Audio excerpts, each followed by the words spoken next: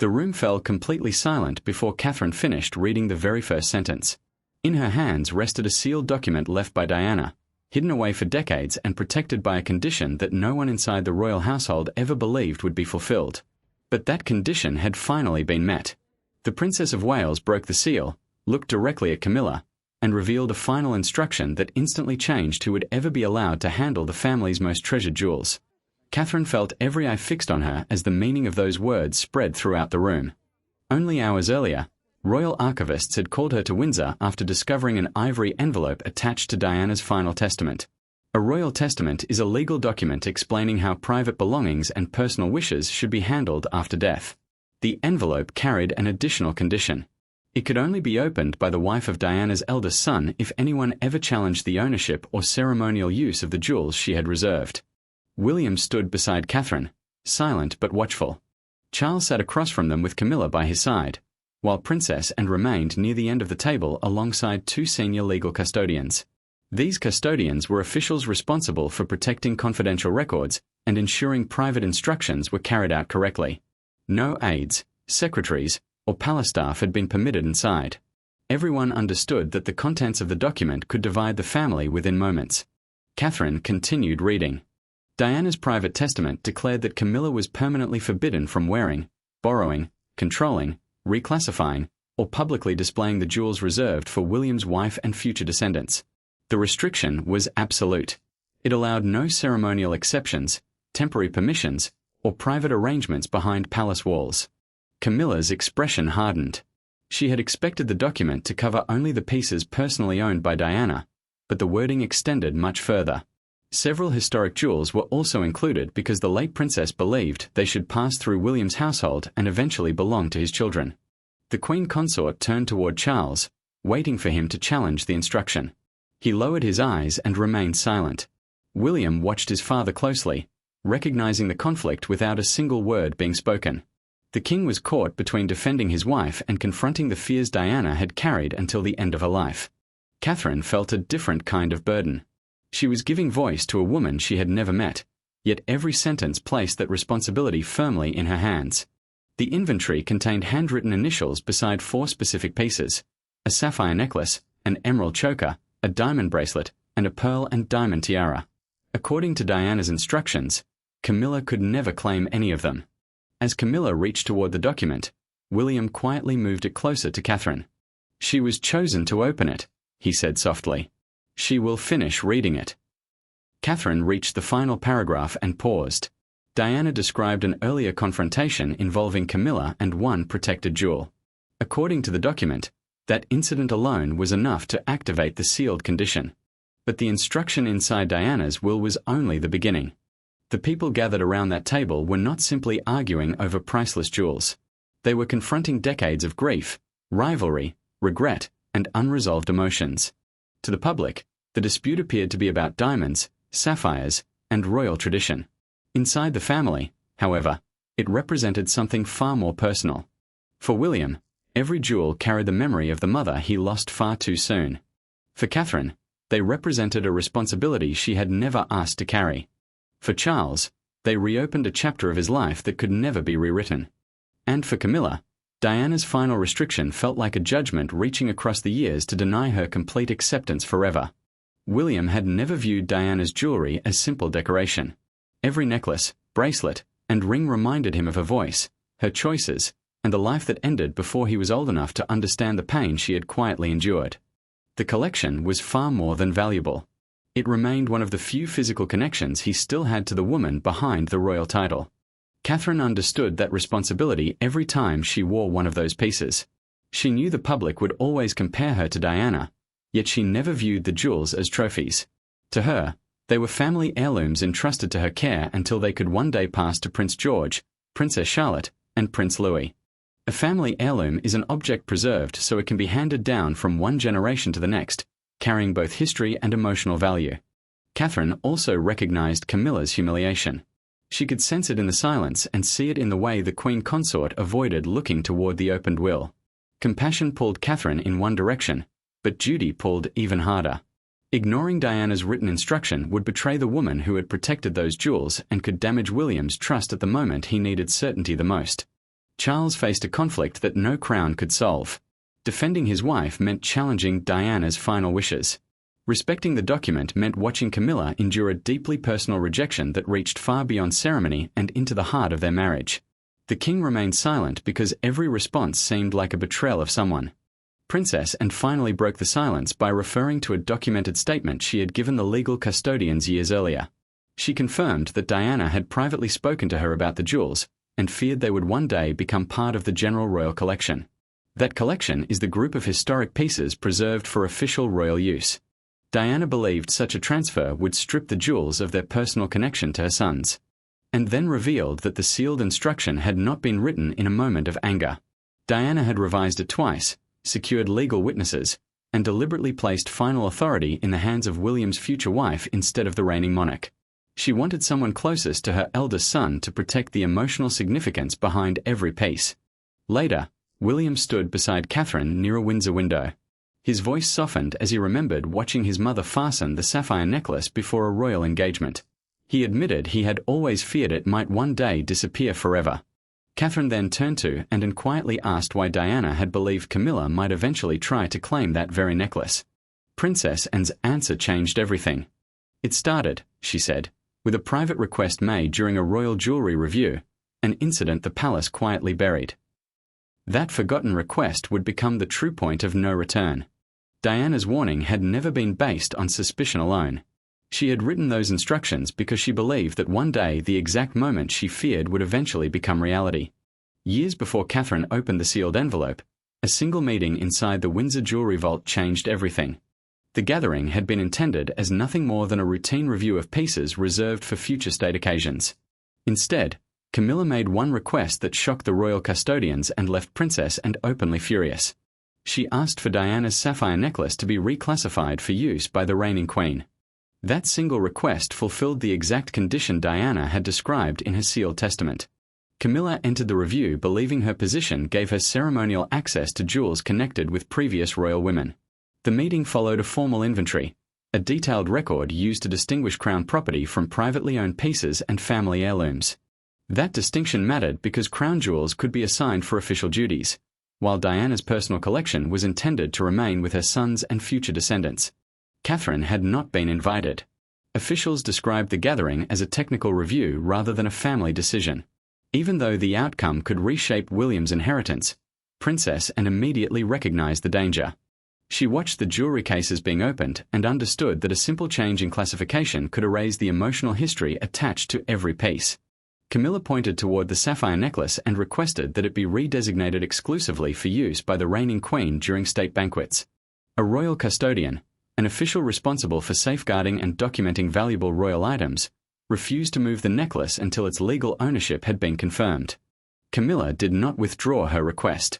Princess Anne challenged her immediately. She reminded Camilla that Diana had worn the necklace during deeply personal moments and that William believed it had been preserved for his future family. Camilla responded that private sentiment should not determine royal continuity. The words were spoken calmly, but their meaning cut deeply. William learned about the exchange through an official briefing prepared by the custodians. His anger grew with every page. Later, he privately told Catherine that his mother's identity was being erased piece by piece. He made one thing absolutely clear. He would never allow Diana's belongings to become symbols of another woman's authority. A senior archivist later uncovered the hidden warning. Attached to Diana's original testament was a coded instruction stating that if any future queen consort attempted to reclassify the protected jewels, the sealed document must immediately be delivered to the wife of her eldest son. The condition had now been fulfilled. Charles had always known an additional instruction existed, but he had never been told what it contained. Hoping the disagreement would quietly disappear, he delayed opening it. Instead, that hesitation allowed the conflict to grow until Catherine's authority could no longer be ignored. After the discovery, Catherine entered the vault and carefully lifted the sapphire necklace from its case. She turned toward Camilla and calmly asked whether she had made the request. Camilla offered no denial. "I asked for what belongs to the crown," she replied. Catherine had entered the vault searching for answers, but she left realizing that remaining silent would be seen as surrender. The next time she faced Camilla, there would be no custodians, advisors, or officials standing between them. The confrontation did not take place inside a council chamber. It happened behind closed doors, with no lawyers, aides, or senior royals present to interrupt. Catherine entered carrying a copy of Diana's sealed instruction. Camilla remained seated and refused to even glance at the document. For several long moments, neither woman spoke. Finally, Catherine placed the pages on the table and quietly said, "The jewels will remain with William's family." Camilla responded with a single question that transformed duty into something deeply personal.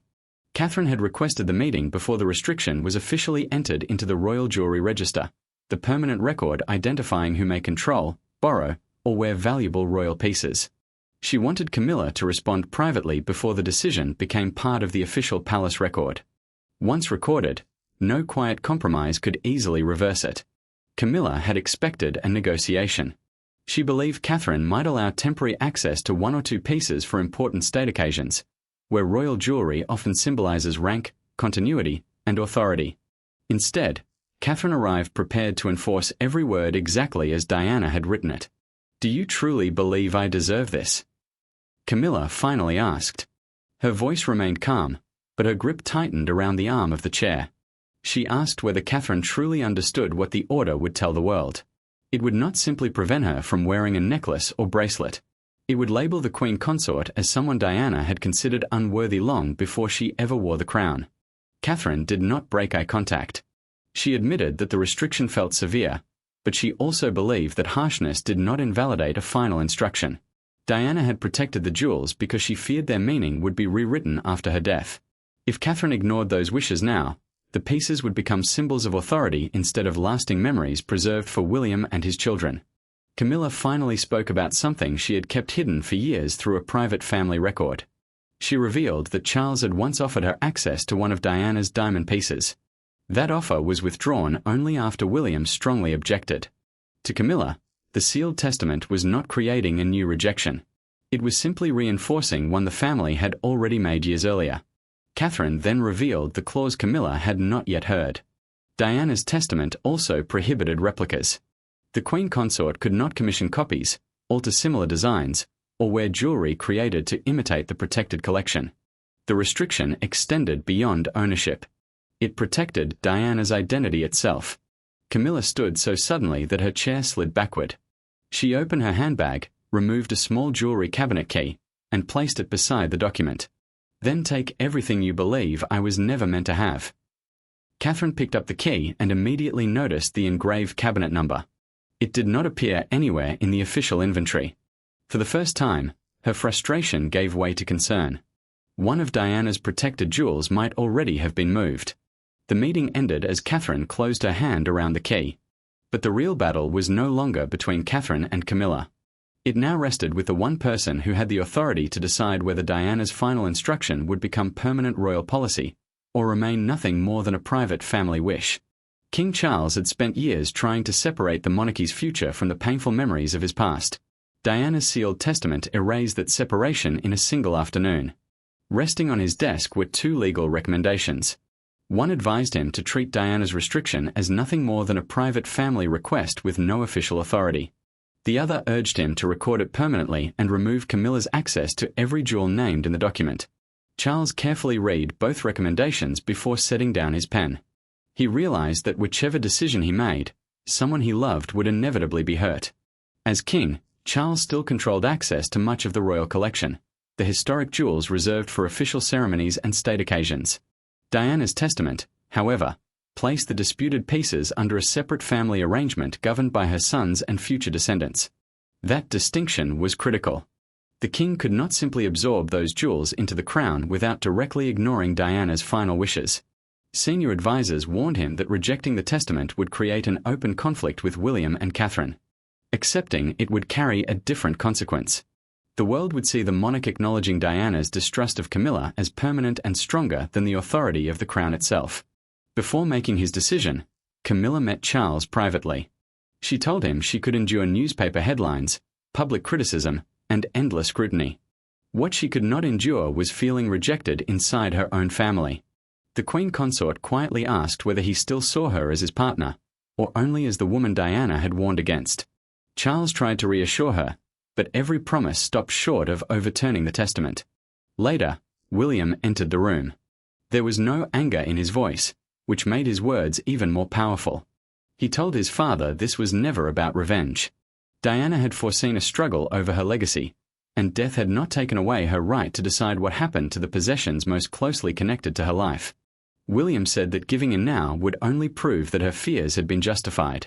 Princess and then presented the original witness record during a formal family briefing.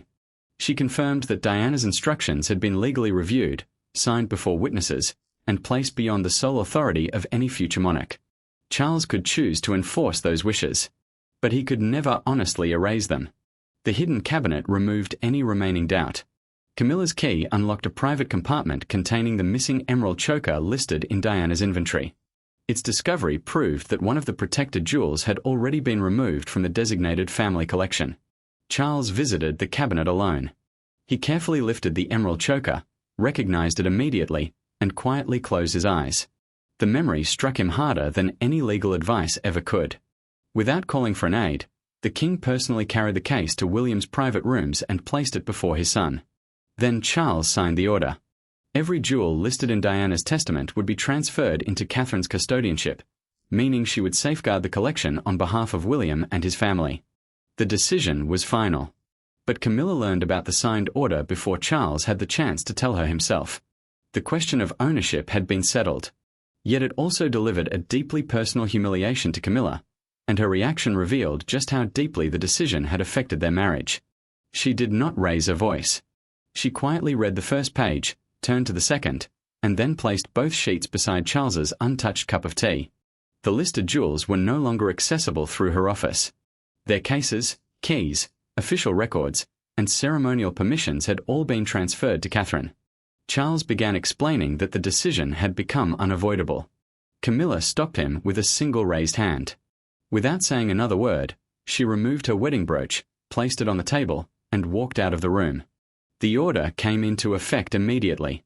Royal Jewellers received instructions to update the official records, replace the cabinet access codes, and transfer every protected jewel into a secure room controlled jointly by Catherine and William.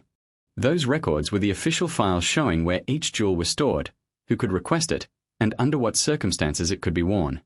Once the updates were completed, the Queen Consort no longer had any access to the collection through her household authority. Camilla's staff felt the consequences within hours. One of Diana's diamond bracelets had already been selected for an upcoming state reception, a formal event where royal clothing and jewelry carry symbolic and diplomatic importance. Her team was forced to remove the bracelet from the wardrobe plan and replace it with another piece connected to a different branch of the royal family. On paper, the change appeared minor.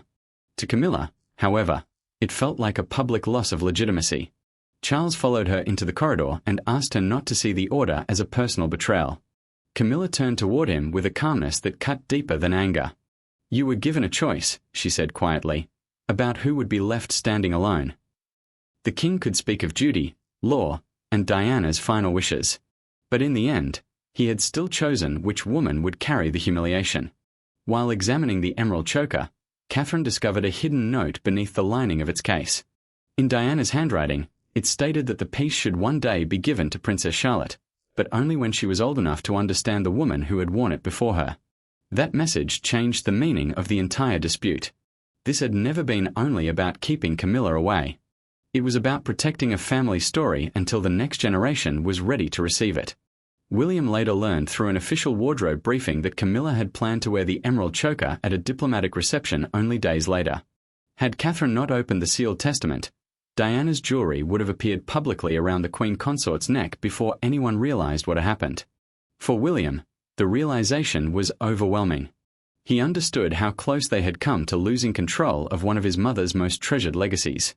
Camilla returned to her private rooms and opened the empty jewelry case prepared for the reception. She slowly ran her hand across the bare velvet, closed the lid, and quietly informed her dresser that she would not attend the event. Her decision immediately caused concern throughout the household. Her absence would expose the growing division inside the royal family without a single official statement. Watching the situation unfold, Catherine made an unexpected decision. She requested one final private meeting, not with Camilla, but with King Charles. The jewels had been recovered. The restriction had been enforced. But Catherine had begun to realize that victory without compassion could ultimately damage the very family Diana had hoped to protect. Catherine possessed every legal advantage. She had William's complete support, Diana's written authority, and the protection of the sealed testament firmly in her hands. Yet she felt no sense of victory. The empty chair at the diplomatic reception and the growing silence between Charles and Camilla made the emotional cost impossible to ignore. Late that evening, Catherine asked the king to meet with her privately. She told Charles that Diana's wishes had to be respected without exception. But honoring Diana's legacy should never become an excuse to humiliate members of the family unnecessarily. Catherine explained that the restriction itself was permanent. Camilla could never wear, borrow, control, copy, or reclassify the protected jewels. However, enforcing the instruction did not require public embarrassment or unnecessary humiliation. A private family agreement, handled away from public attention, could preserve Diana's wishes without allowing grief to become revenge. Charles listened carefully without interrupting. During their private conversation, he admitted that he had been waiting for someone to make that distinction. Protecting Diana's legacy was one responsibility. Using her memory to punish others was something entirely different. The king confessed that William's grief had gradually hardened into determination, and every new disagreement seemed to push father and son even farther apart. Catherine then revealed something she had kept to herself ever since opening the sealed envelope. Reading Diana's words had felt as though the late princess had personally entrusted her with a responsibility. That feeling gave Catherine strength, but it also filled her with fear.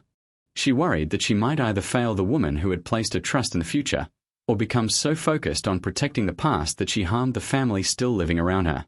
Charles quietly admitted why he had delayed opening the sealed document for so many years. It was not uncertainty.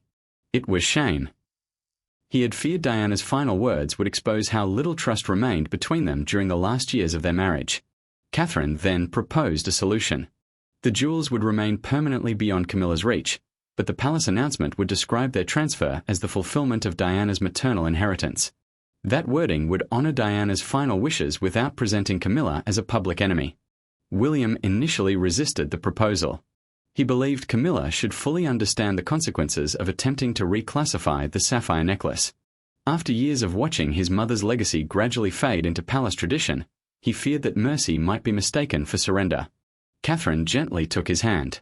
"Do you want your mother's legacy remembered for love," she asked softly, "or for punishment?" William remained silent for a long moment. Then he folded the coppered testament, nodded quietly, and agreed. The palace began preparing its official announcement. But before a single statement could be released, news of Diana's sealed will had already reached the public.